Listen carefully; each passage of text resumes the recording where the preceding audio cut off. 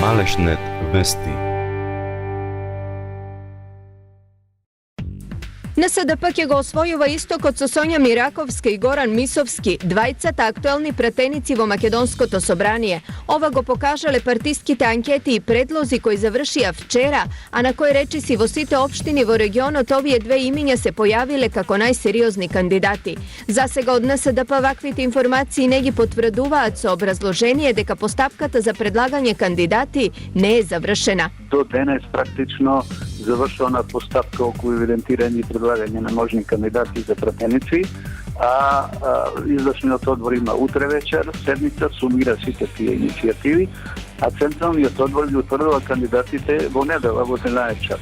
Сигурно дека ќе добиеме висока позиција, не верувам дека подалеку од второ-трето место би биле позиционирани. На листата на тројката досега речиси задолжително беше и председателот на НСДП Тито Петковски, но годинава тој нема да биде овде. По 23 години поминати во парламентот, Петковски одлучи на законодавниот дом да му рече збогум. Значи, безсмислен е ангажманот на човек кој што вложил толку во политичкиот живот, на тамошното понижување и собствено и на функцијата како пратеник.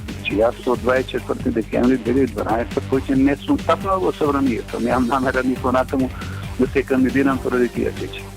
Во меѓувреме мостот на реката Брегалница во Штип ги закрвави СДСМ и ВМРО ДПМН.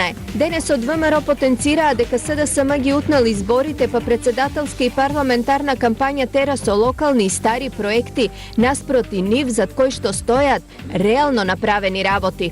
Освен спомениците на македонските великани и укажаната почит кон националната историја, ВМРО ДПМН најде средства да ја отвори технолошката развојна зона во Штип, каде никна фабриката Johnson Controls со капацитет за 1400 нови вработувања.